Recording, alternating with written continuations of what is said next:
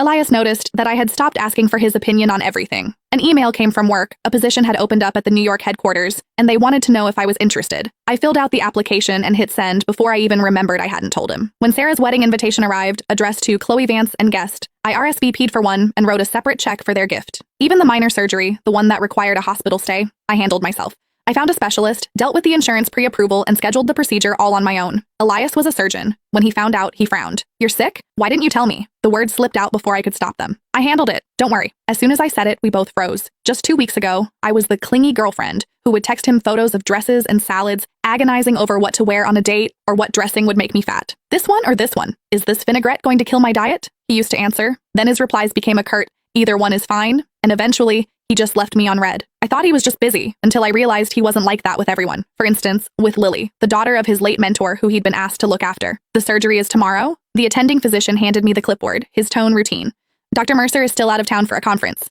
If you'd like to wait for him, we can reschedule." "No," I said. "Tomorrow is fine." The doctor just nodded, asking no more questions. As I walked out of the office, 2 people came down the hallway. Elias was pulling a suitcase, looking like he'd come straight to the hospital from the airport. Lily followed him, wearing a black cashmere coat over her scrubs, the Burberry one I'd given Elias for our 3rd anniversary. Elias saw me and his brow furrowed. "What are you doing here? Sick again?" That word, again, stung like a needle. He snatched the papers from my hand, his eyes scanning them with a flicker of annoyance. "I have things to do tomorrow. This isn't an emergency. We can do it when I have time." "Don't worry about it," I said. "I've already handled it." He looked taken aback.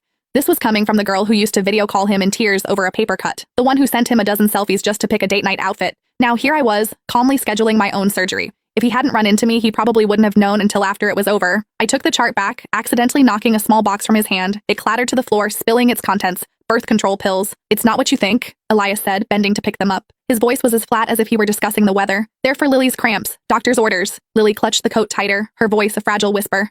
"I'm so sorry, Chloe. It's all my fault. My anxiety has been so bad lately. I can't sleep. I can't focus. Elias is the only one who understands.